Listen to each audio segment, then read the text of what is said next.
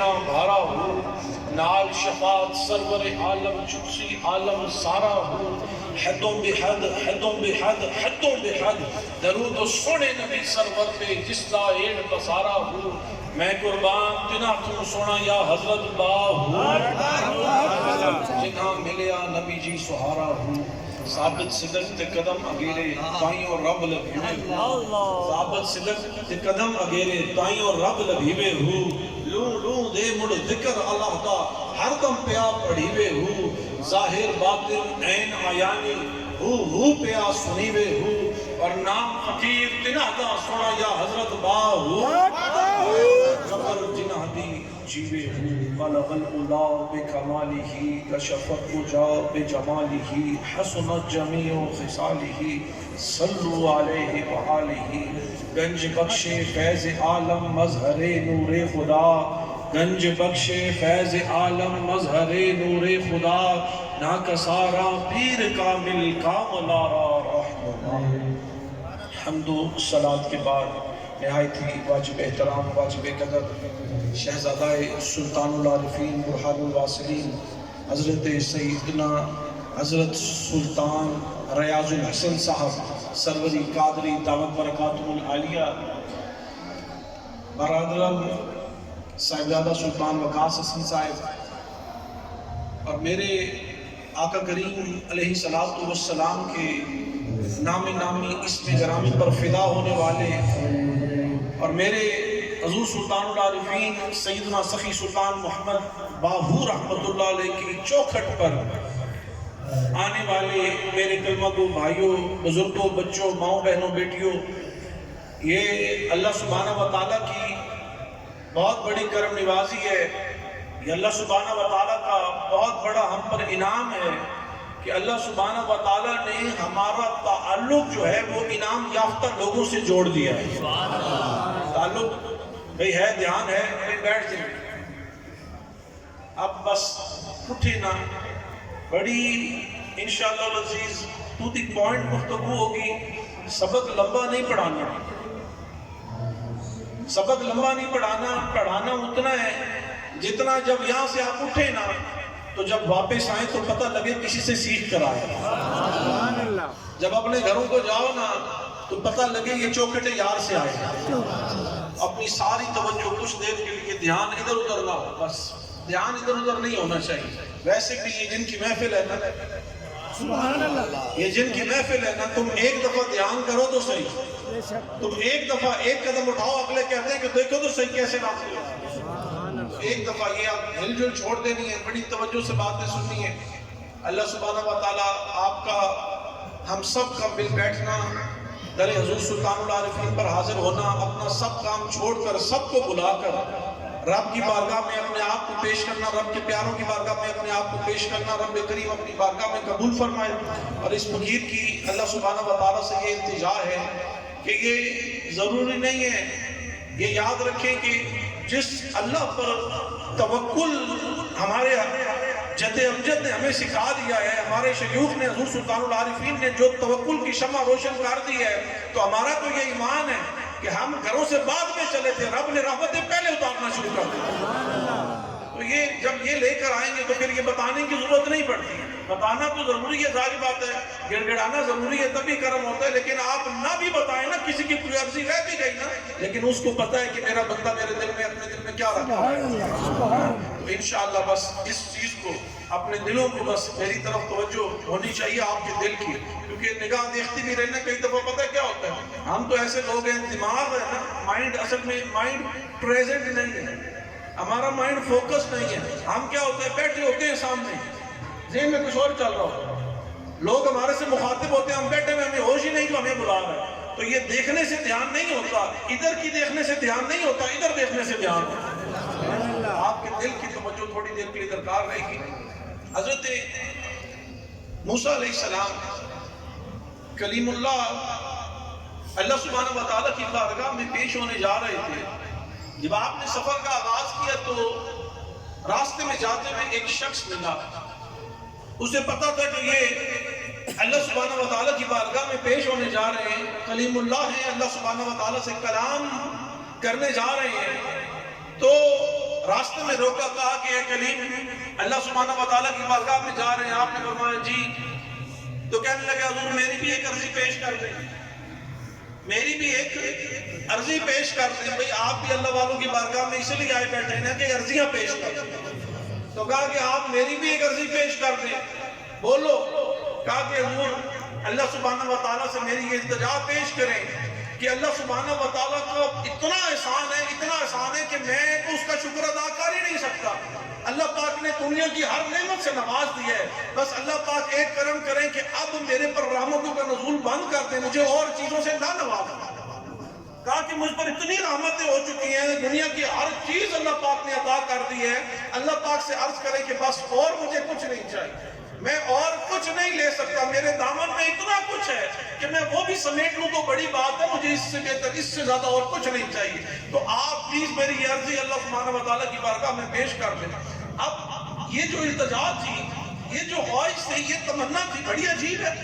ہم لوگوں کے لیے عجیب ہے, کیونکہ ہمیں تو پتہ نہیں کہ ویٹ ہوئی ہے کس کا, ہمیں پتہ ہی نہیں ہے کہ بریک لگانی کدھر ہے. ہمیں یہ پتہ ہے بس آ رہے تھے آن دے بس, اور چاہیے پتہ ہی نہیں ہے. بریک تو ہے ہی نہیں نا, بریک کی ویسے بھی یہ پاکستان ہے, ادھر بریک کی فیل ہی ہوتی ہے. تو کہا کہ بس الہی بس میری عرضی پیش کر دے, اور کچھ نہیں, بس ادھر بریک لگا دے, اس سے زیادہ میں سمیٹ نہیں سکتا, میں سنبھال نہیں سکتا, بس یہ جو ہے بہت ہے, میں اس کا شکر ادا کرتا ہوں الہی, ہر لمحہ شکر ادا کرتا ہوں, اس سے آگے نہیں. بس التجا عجیب تھی, لیکن کیونکہ آپ نے پیغام پہنچانا تھا, آپ نے فرمایا ٹھیک ہے اب تیری التجا تو قریب عجیب سی ہے, لیکن اب تو نے کہہ دیا ہے, کیونکہ یہ رب کے بندے ہیں ہر رنگ کے, ہر رنگ کے, تو ٹھیک ہے, تو نے کوئی سوچا ہوگا, ٹھیک ہے میں پیش کر دوں گا. اب تھوڑا سا آگے چلے تو ایک اور بندہ ملا. جیسے ہی آپ کو جاتے دیکھا تو عرض کی آپ اللہ کی بارگاہ میں پیش ہونے جا رہے ہیں. کہا جی, کہا کہ میری بھی ایک عرضی پیش کر دیں. کہا تمہاری کیا عرضی ہے؟ کہا کہ اللہ سبحانہ و تعالیٰ سے میری یہ التجا پیش کریں کہ کچھ میرے حصے میں بھی ہے کہ نہیں ہے, مجھے بھی کچھ ملے گا یا نہیں ملے گا. جب آپ نے اس کی حالت دیکھی تو بدن پر کپڑے ہی نہیں تھے, برہنہ جسم تھا, اور صرف ریت سے اپنے سطر کو وہ ڈانپے بیٹھا تھا. کہا کہ اللہ سے عرض کریں کہ میرے ساتھ ساری زیادتی, میرے ساتھ سارا ظلم, مجھے بھی کچھ ملنا ہے یا نہیں ملنا, یہ ساری مصیبتیں میرے لیے ہی ہیں. اچھا, یہ جو میں باتیں بتانے لگا ہوں نا, آپ کی توجہ میں نے اس لیے چاہیے کہ یہ سارا حال ہمارا بھی ہے کہ نہیں ہے. شکایتیں تو سب ہمارے پاس ہیں کہ میرے ساتھ بھی یہ ہوتا ہے, میرے ساتھ بھی یہ ہونا ہے, میں ہی اس مصیبت میں پڑنے. تو یہ جتنی میں باتیں کر رہا ہوں, آپ نے بس محاسبہ کرنا ہے, آپ نے اپنا محاسبہ کرنا ہے, میں نے اپنا محاسبہ کرنا ہے. آج یہاں سے بہت کچھ انشاءاللہ العزیز مختصر سے وقت میں بہت کچھ سیکھ کر جانا ہے, کیونکہ آج آپ کو صرف اور صرف گفتگو مقصد نہیں ہے, آج سکھا کر بھیجنا مقصد ہے. تو کیا کہ میرے لیے بھی کچھ ہے, اللہ سبحانہ و تعالیٰ سے عرض کرے الہی مجھے بھی کچھ عطا فرما, مجھے جو دنیا میں بھیجا ہے تو مجھے ایسے ہی بھیج دیا, مجھے بھی کچھ عطا فرما, میرے ساتھ اتنی زیادتی نہیں ہونی چاہیے. اب جب حضرت موسیٰ علیہ السلام نے سنا, آنکھوں میں آنسو آ گئے کہ یہ تو کہتے ہیں جسم پر کپڑے بھی نہیں ہیں, رہنا ہے, اس کی حالت تو دیکھیں, آپ کو بھی ترس آ گیا. ہمیں بھی لوگ جب مانگنے آتے ہیں تو جو ہم بھی ان کی حالت دیکھتے ہیں تو کچھ نہ کچھ دیتے ہیں کہ اللہ کی مخلوق ہے, ہمیں دینا چاہیے اور دینا بنتا بھی ہے, لیکن ہمیں پس منظر تو نہیں پتا. وہ تو بے شک وہ شہنشاہ جانتا ہے, وہ تو وہ لجپال جانتا ہے. اب جب آپ نے یہ عرض سنی تو آپ نے فرمایا ٹھیک ہے میں التجا پیش کروں گا. جب رب کریم کی بارگاہ میں پیش ہوئے, گفتگو ہوئی, ملاقات ہوئی, تو بعد میں موسیٰ علیہ السلام نے عرض کی الہی آتے میں آپ کے دو بندوں سے ملا تھا, دونوں نے عرضیاں پیش کی ہیں, میں آپ کی بارگاہ میں عرضیاں پیش کرنا شروع کرتا ہوں. تو جب آپ نے اجازت مانگی, اجازت ملی, تو کہے الہی ایک آپ کا بندہ کہتا ہے کہ اے میرے اللہ میرے پاس بہت کچھ ہے, اتنا کچھ ہے, میں ہر لمحہ شکر ادا کرتا ہوں, میرے پاس بہت کچھ ہے, لیکن اب میں اور کچھ لے نہیں سکتا, آپ مہربانی فرمائیں دینا بند کر دیں, مجھ پر دینے کے, اتارنے کے, رحمت کرم کے, فضل کے میرے پر اب وہ برسانا بند کر دیں, اور دولت اور یہ مجھے کچھ بھی نہیں چاہیے, میرے پاس جو ہے میرے لیے بہت ہے, بس اب دروازے بند کر دیں. دوسرا کہا عرض کی الہی, دوسرا بندہ کہتا ہے کہ میرے پاس کچھ بھی نہیں ہے, وہ برہنہ بیٹھا ہوا ہے, ریت سے اس نے اپنا سطر ڈھانپا ہوا ہے, اور کہتا ہے الہی میرے لیے بھی کچھ ہے کہ نہیں ہے, سارا کچھ دنیا کو ہی دینا تھا, میرے لیے کچھ بھی نہیں ہے, مجھے بھی کچھ عطا کیجیے, میں بھی آپ کا ہی بندہ ہوں, مجھے بھی کچھ عطا کیجیے. تو اللہ سبحانہ و تعالیٰ اس بارگاہ سے آواز آئی, اے کلیم آپ جا کر ان سے فرما دیں, آپ جا کر ان سے کہہ دیں. کہیں کہ رب فرماتا ہے جس کے پاس بہت زیادہ ہے نا جو کہہ رہا ہے بند کر دے, اسے کہو کہ تو میرا شکر ادا کرنا بند کر دے, میں رحمتوں کو اتارنا بند کر دوں گا. تو شکر ادا کرنا بند کر دے اور میں تجھے دینا بند کر دوں گا. دینا تو شکر ادا کرنا بند کر, میں کرم کے دروازے بند کر دوں گا, تجھے کچھ عطا نہیں ہوگا. اور دوسرا جو کہتا ہے میرے پاس کچھ بھی نہیں ہے, میرے پاس کچھ بھی نہیں, میرے حصے میں کچھ بھی نہیں رکھا, جو برما حالت میں ہے, اس سے کہو کہ تو میرا شکر ادا کرنا شروع کر دے, میری رحمتیں تجھ پر اترنا شروع کر دے. تو میرا شکر ادا کرنا شروع کر دے, میں تیرے پر کرم فضل اتارنا شروع کر دوں گا. جب یہ بات سنی آپ پیغام لے کر گئے, پہلے کے پاس گئے, پہلے سے کہا رب کریم فرماتے ہیں تیری التجا پیش کی ہے, جواب میں جواب یہ ہے کہ بھئی تو شکر ادا کرنا بند کر دے, میں تجھے دینا بند کر دوں گا. بس ابھی اتنی سی بات کرنی تھی کہ وہ چیخا, وہ تڑپا, کہا کہ وہ کہتا ہے کہ میں اس کا شکر ادا کرنا بند کر دوں, کہا کہ میری سانسیں تو رک سکتی ہے لیکن رب کریم کا شکر ادا کرنا نہیں. کہا کہ میری سانس چلتی رہے گی تو میرا ایک ایک بال اللہ پاک کا شکر ادا کرے. کہا کہ میں اس الہی کا شکر ادا کرنا نہیں, میں کیسے شکر ادا, میں تو بندہ ہی اس کا ہوں, میرے پاس اور ہے کیا. میں ہر لمحہ اس کا شکر ادا کیا اور ہر لمحہ شکر ادا کروں گا. میں اپنی التجا واپس لیتا ہوں, میں اپنی عرضی واپس لیتا ہوں, میں شکر ادا کرنا نہیں چھوڑ سکتا.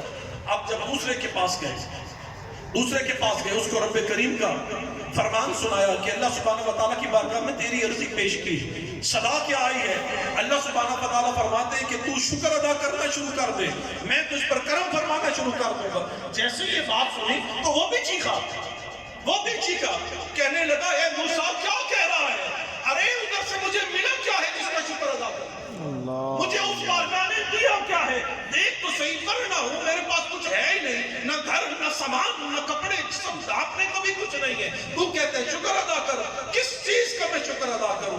ابھی اتنی سی بات اس کی زبان سے نکلنی تھی کہ اتنی تیز ہوا چلی, اتنی تیز آندھی چلی کہ جس ریت سے وہ جسم ڈھپا ہوا تھا وہ ریت بھی, وہ آندھی وہ ریت بھی اڑا کے, یعنی اس نے ناشکری کی, اس نے صرف یہ کلمات ادا کیے کہ بھئی میں کس چیز کا شکر ادا کروں. تو جو ملی تھی نعمت اللہ تعالیٰ نے وہ بھی واپس کی.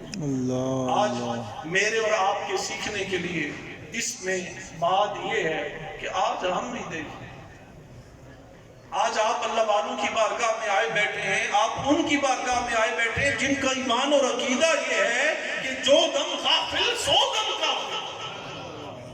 ہمارے مرشد نے دیکھ تربیت کیسی فرمائی ہے کہ بھائی تیرا کوئی لمحہ بھی, تیرا کوئی سانس بھی, تیری کوئی ساتھ بھی, تیری کوئی گھڑی بھی اللہ کے ذکر اور اس کی شکر اور آخرت کی فکر کے بغیر نہیں گزرتی.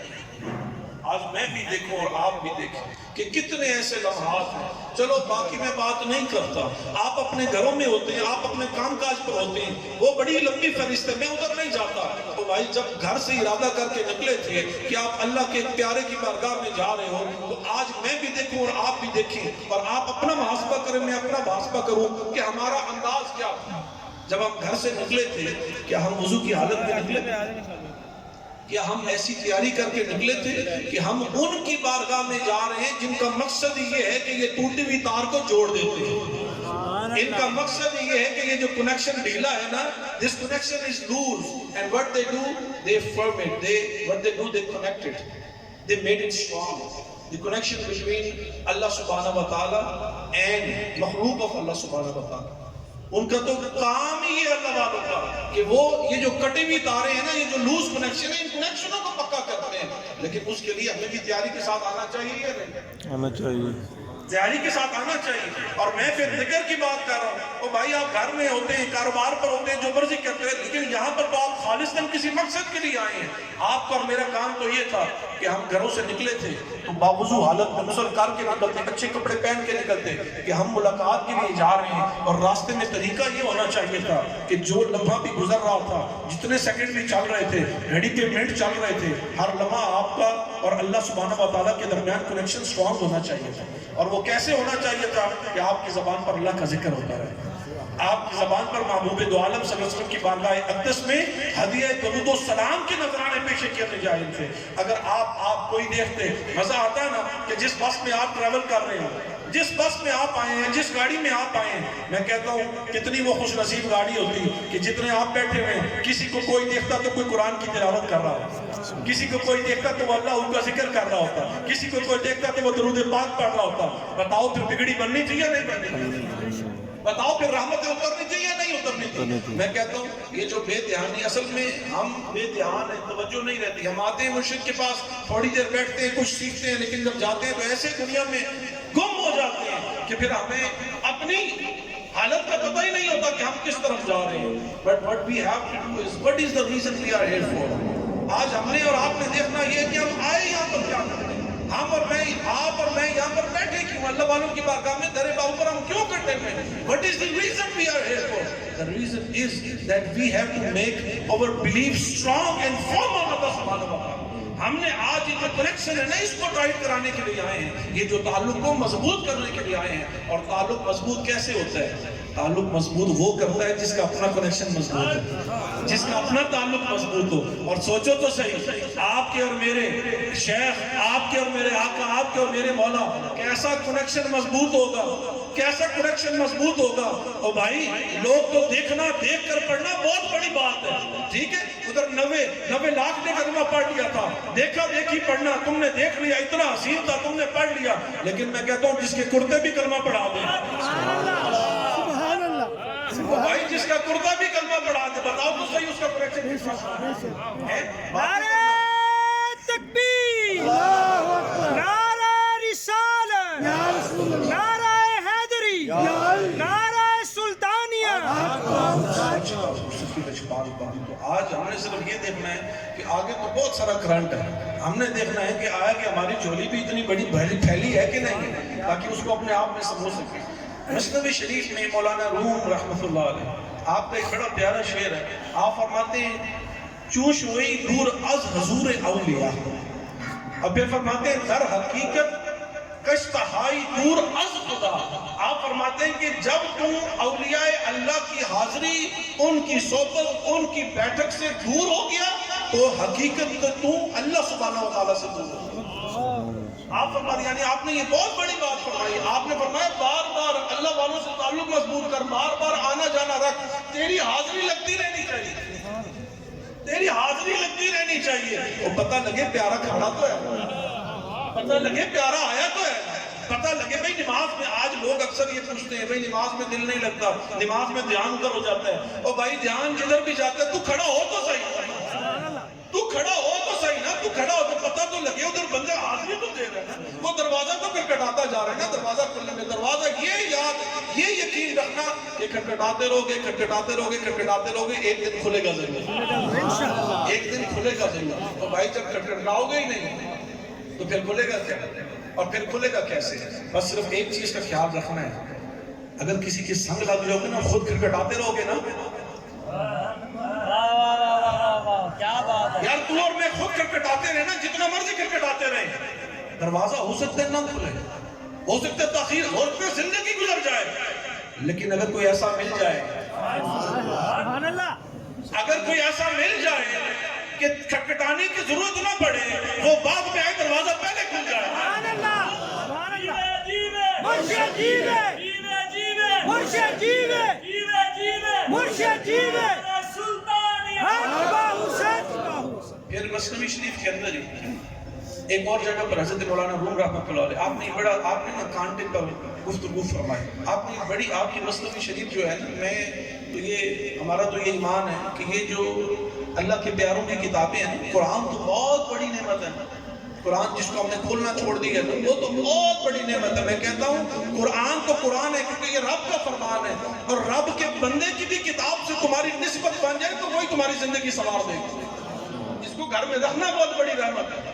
اور پھر جو پڑھتا ہو, جو اس سے فیض حاصل کرتا ہو, اس کا کیا مقام ہوگا. تو آپ مثنوی شریف میں جگہ پر فرماتے ہیں کہ کانٹا, ایک دن اس نے اللہ سبحانہ و تعالیٰ کی بارگاہ میں عرضی پیش کی, کانٹے نے اللہ سبحانہ و تعالیٰ سے عرضی پیش کی کہ الہی میں نے صلحاء سے سنا ہے, میں نے صالحین سے سنا ہے, میں نے آپ کے پیاروں سے سنا ہے کہ آپ کا نام ستار الایوب ہے، آپ کا نام ستار الایوب ہے۔ معنی کیا ہے کہ آپ جو ہیں وہ عیبوں کو چھپانے والے ہیں، لیکن الہی میں تو کانٹا ہوں، میرے عیبوں کو کون چھپائے گا؟ یہ کہا جاتا ہے نا، آج سنی نہیں کانٹے کی، مولانا روم فرما رہے مسئلے میں شریف میں کہ کانٹے نے کہا، کانٹے نے عرضی پیش کی الہی آپ تو ستار الایوب ہیں، عیبوں کو چھپانے والے ہیں، میں کانٹا ہوں، تنہا ہوں، میرے عیبوں کو کون چھپائے گا؟